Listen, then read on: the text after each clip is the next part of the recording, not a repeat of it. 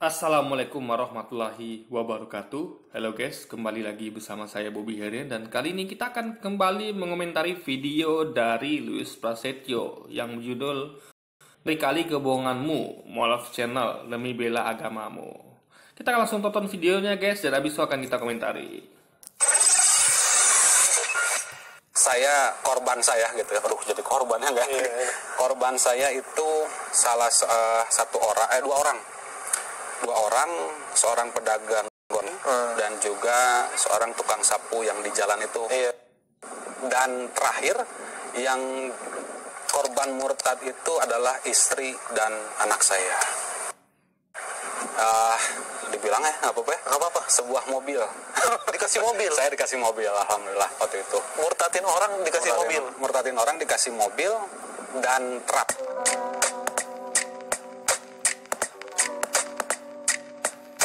Assalamualaikum, selamat datang kembali di channel ini guys. Kali ini saya akan membahas Mualaf Channel, yang mana Mualaf Channel ini membangun sebuah narasi, yang narasi ini sebenarnya narasi yang nggak benar, narasi yang keliru. Supaya apa? Supaya kelihatan dia hebat. Makanya saya berikan. Luis ini kurang pik nih ya. Saya udah pernah buat di video ini orang ini guys kompak guys ya. Jadi orang-orang guys kompak itu untuk nyerang Islam, nyerang umat Islam juga, nyerang mualafnya, nyerang ustadznya gitu kan. Ini saya udah pernah buat video ini di channelnya di Juli itu, saya komentari dan saya buktikan ya kan. Saya buktikan bahwa itu nyata adanya, itu fakta ya, pernah terjadi dan memang terjadi gitu kan. Jadi nggak bisa dikatakan, jadi nggak bisa kita menggeneralisasi semua guys ya. Jadi Yudi itu kan ngambil saya nggak begitu ya, Anda mungkin kita nggak, saya juga tidak suzon pada Anda melakukan apa tidak, itu saya tidak berprasangka buruk pada Anda ya. Kalau Anda nggak lakukan bagus gitu, tapi faktanya ada guys gitu, dan Anda tidak bisa menyamakan semuanya dengan Anda gitu kan. Jadi saya juga pernah membuat video kan bahwa ada juga yang tukang parkir juga, ada juga ibu-ibu kan, itu memang ada videonya memang guys, memang kelihatan, memang bahkan keciduk balang ketangkap basah gitu kan oleh warga, oleh aparat gitu kan, karena nggak boleh mendakwakan agama pada orang yang sudah beragama. Ibaratnya itu mendatangi langsung guys. Kalau di YouTube ini silakan itu, tapi kalau mendatangi langsung nggak boleh. Kalau mereka ini Kristen ini, itu kan sistemnya adalah door to door, mendatangi langsung orangnya gitu, disasar itu kan. Dagang gorengan tadi kata saya, tadi kan, tukang sapu jalanan, ada lagi tukang parkir, ibu-ibu lagi jualan, bahkan anak sekolah gitu kan. Memang mereka sistemnya door to door, datangi langsung. Kalau Islam kan tidak. Islam ini kan Mualaf Center. Islam Center itu hanya sebagai pusat informasi. Ini menunggu bola. Kalau ada yang pengen tahu tentang Islam, silakan datang. Kita akan kasih tahu, informasikan gitu. Enggak seperti mereka yang door to door guys. Di situ judul "Ngeri Kali Kebohonganmu itu Mualaf Channel Demi Bela Agamamu". Ya memang, karena memang ada sebuah, selalu katanya penipu, pembohong, bohong, nipu. Luis, Anda ini gampang kali memfitnah orang ya. Anda harus buktikan dulu, benar nggak itu tidak terjadi. Saya udah buktikan kan, data-data yang ada itu menunjukkan seperti itu guys. Ya. Itu perlu dalam negeri loh, saya sampaikan data itu kemarin. Apalagi luar negeri kan. Ini banyak lagi penipuan di luar sana, kristenisasi itu. Bahkan di penjajahan Belanda Portugis itu dengan gol-gol glory lagi guys, saking luar biasanya. Lewat penjajahan gitu kan. Ini jangan main, kristenisasi ini luar biasa gitu. narasi yang dibangun sebenarnya itu nggak sesuai fakta.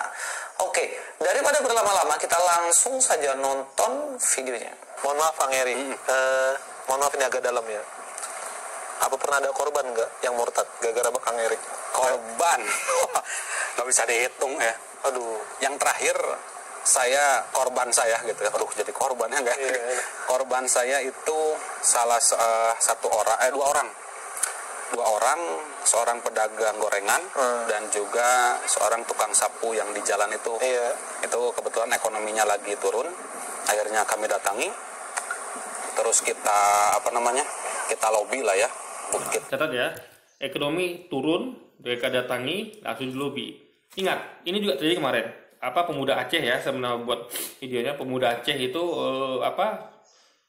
ke Jakarta, ya dia telantar gitu, kehabisan uang, datang pendeta. Akhirnya dia diberi uang berapa tuh? 7 juta atau 15 juta guys, nggak salah 15 juta lah ya. Di situ dia bayar kontrakan, makan, sama beli gadget gitu kan. Dari 2 kali datang, dibaptis, 2 kali datang gereja dikasih lagi ada uang gitu. Jadi itu baru satu. Lalu ada lagi contoh lain yang keciduk ya, kayak tukang parkir itu keciduk. Apalagi yang datang door to door itu, bahkan ada warga yang didatangi langsung buat videonya. Ini ibu masuk ibu sini ngapain tuh, gitu kan. Nah, banyak hal seperti itu guys. Ya memang jadi motifnya itu adalah mereka mencari orang-orang yang lagi kesusahan. Ya, tukang parkir atau yang belum ngerti, kayak anak sekolah itu kan belum ngerti apa-apa itu. Belum matang lah pikiran itu, belum logiknya belum sempurna itu. Kalau misalnya kayak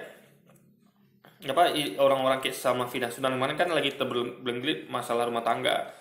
Dia merasa dikecewakan berat gitu kan, depresi berat akibat kelakuan suaminya gitu, malah suaminya gitu kan.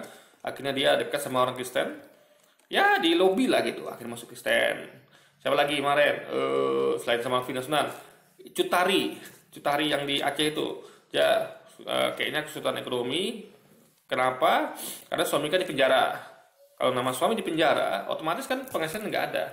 Jadi sebagai istri mungkin dia bingung kan, suamiku di penjara nih, jadi gimana cara menafkahi? Akhirnya dia ikut, ada seorang laki-laki ya, itu tukang keliling katanya, yang menawarkan dia untuk kerja di Medan. Rupanya itu di situ dia yang pedagang keliling nih adalah Kristiani gitu. Akhirnya di sana dia terkejut ibunya kan, ternyata dia di sana jadi masuk Kristen gitu. Jadi karena masalah-masalah kayak gini guys, simpenan ekonomi, lagi depresi, itu yang mereka incar gitu. Orang-orang yang masih yang terbelakang lah gitu kan. Jadi memang trik mereka seperti itu gitu. Memang pandai memanfaatkan situasi. Makanya ada juga orang udah banyak tahu guys. Kayak melalui sembako gitu kan. Kalau bantu aja gitu. Tapi kalau mau membantu orang dengan motif untuk sensasi, itu sangat disayangkan metodologinya guys. Sogok, sembako, ya itulah. Jadi udah tau lah Indomie, terus apa lagi tuh Aqua, kalau nggak salah gitu lah. Ada jadi sebutin merek ya. Habis itu akhirnya diajaklah ke gereja untuk tahu bahwa di Kristen tuh begini. Okay. Akhirnya di situ 2 orang itu dibaptis dan dia auzubillah min zalik bawa istrinya. Jadi 3 orang korban itu, dan prize-nya pun, hadiahnya pun dibilang nggak apa-apa, sebuah mobil. Dikasih mobil? Saya dikasih mobil, alhamdulillah waktu itu. Murtadin orang dikasih mobil dan di situ Mu'alaf Channel mengatakan bahwa ketika dia bisa memurtadkan atau membuat orang Islam masuk Kristen, di mana ada 3 orang di situ masuk Kristen, dia mendapatkan reward. Rewardnya apa? Mobil guys, mobil. Keren banget begitu.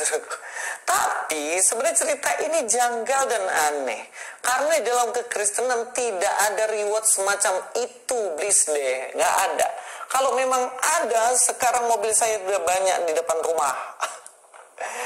Ya beda lah, nggak semuanya, tapi ada. Makanya saya katakan ya, saya buat data yang kemarin. Ya, Anda tahu nggak? KPK sudah membuktikan kalau di gereja tuh ada, ya ini KPK langsung loh main beritanya itu kan. Itu 2019 saya posting itu kan. Tapi baru kemarin saya posting berita tahun 2019. Jadi terbukti ada pencucian uang di gereja, ya dari perusahaan Lipo tuh guys, besar dananya. Jadi mereka itu mencuci uang ya, dalam artian biar uang itu biar lenyap jejaknya, mereka masukkan ke gereja, mereka cuci di sana. Nah uang itu bisa jadi ditengarai yang sangat mungkin sekali ya untuk seperti ini gitu, ya kan, untuk menyogok orang supaya, karena uang itu harus dihilangkan jejak guys, gitu, paham ya? Jadi harus belikan sesuatu, belikan mobil, beli apapun itu, pokoknya digunakan lah gitu, dicuci di gereja. Itu sudah dibuktikan, udah ketangkap itu dari orang Lipo itu kan. Lalu apa lagi? Contoh kayak pemberian jemaat. Anda lihat. Makanya saya nonton video saya yang Didit Yuli itu guys. Itu saya paparkan data. Di mana jemaahnya tuh begitu royal. Ada yang Anda bayangkan ya. Per bulan itu kan satu orang misalnya satu minggu 100.000. Kalau 100 jemaat aja ya. Itu berarti seminggu tuh 100.000 kali 100. Udah berapa ya? Udah 10 juta seminggu. 10 juta apa ya? 100.000 kali 100. Udah 100 juta seminggu. Kalau 1.000 jemaahnya gimana? Ya kan, kalau 1.000 jemaahnya, ya kan, karena gini guys,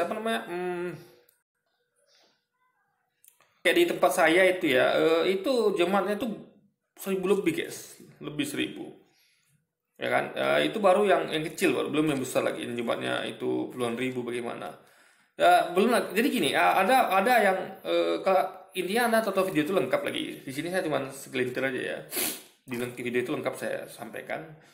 Contohnya lagi, ya jemaah itu ada yang pendeta tuh make jam tangan. Rupanya ada sedikit yang menyelidiki jemaah itu kan. Ternyata itu harganya 1 M gitu kan.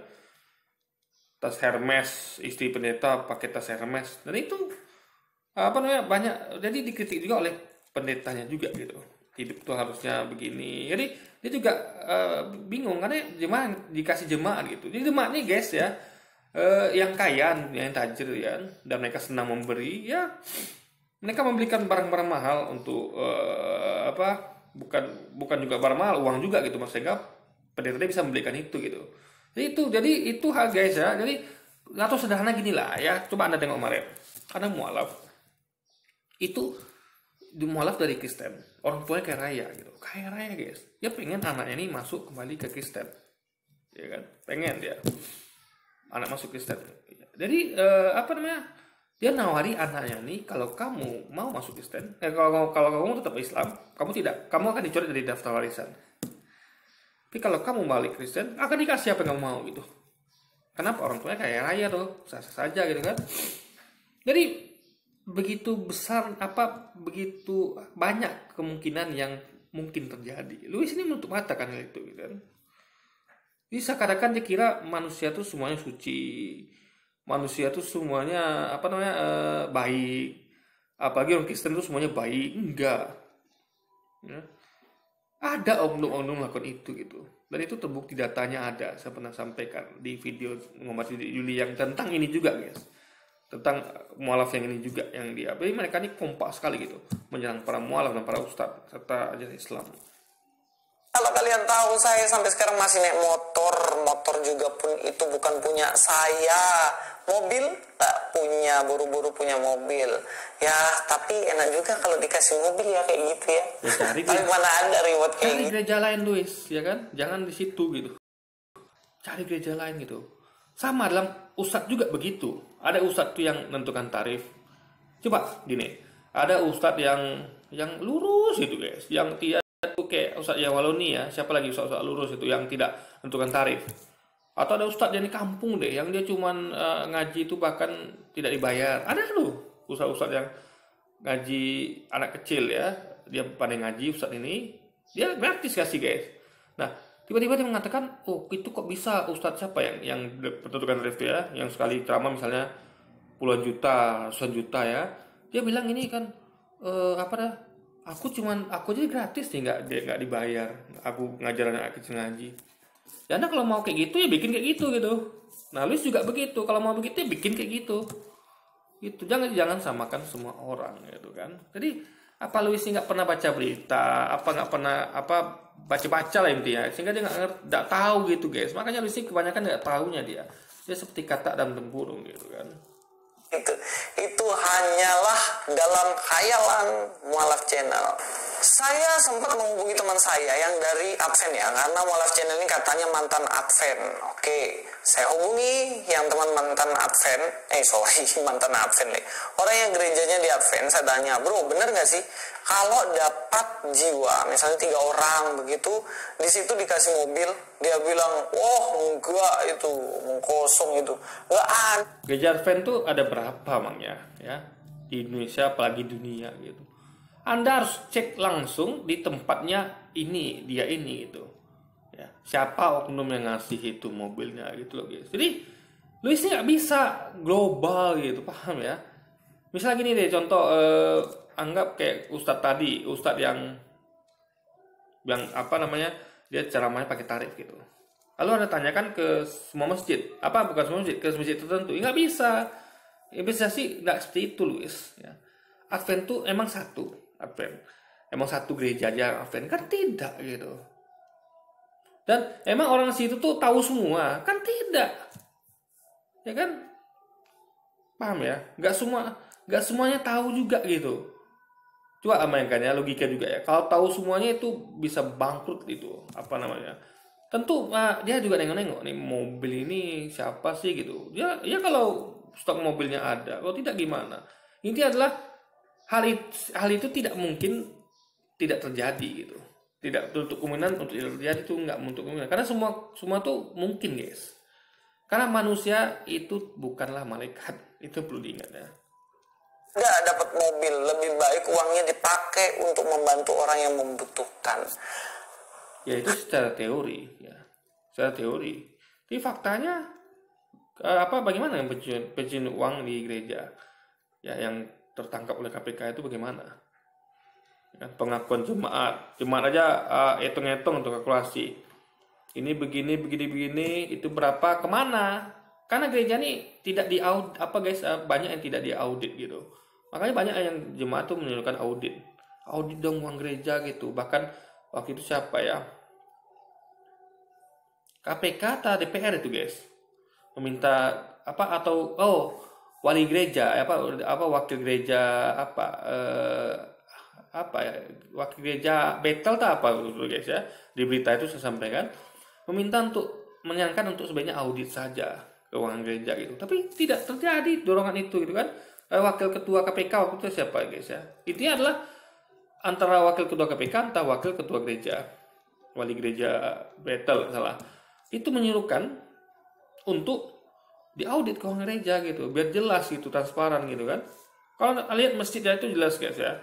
Anda kalau muslim pasti tahu itu.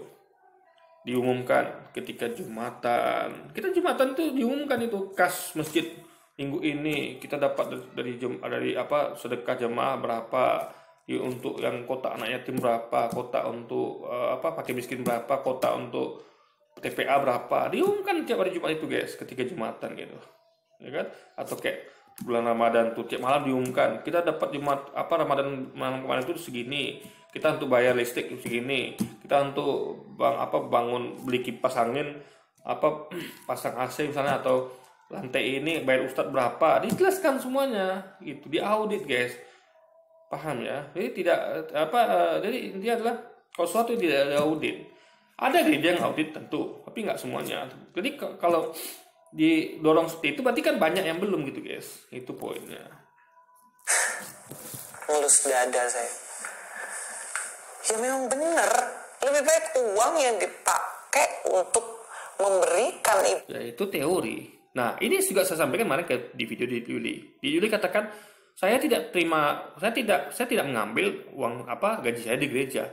Loh, ini aja tidak beda pendapat gitu loh. Saya nyarankan kayak Louis gitu. Kalau bisa ada uang itu digunakan untuk pakai miskin, sedekah gitu, bantu orang. Tapi faktanya kan digunakan untuk pencucian uang dan lain sebagainya, itu tuh bukti. Dan bahkan si Yuli nggak mau ngambil uang itu, padahal uang itu bisa digunakan untuk kebaikan gitu. Jadi intinya antara Louis dengan Yuli aja ada beda prinsip gitu.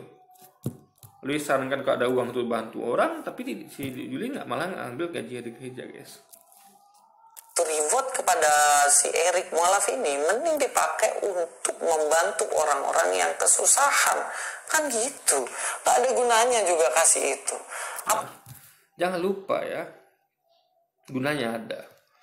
Kalau kita melihat ya, kalau berhasil, karena gini, mereka ini kan mencari domba-domba yang hilang, ya kan?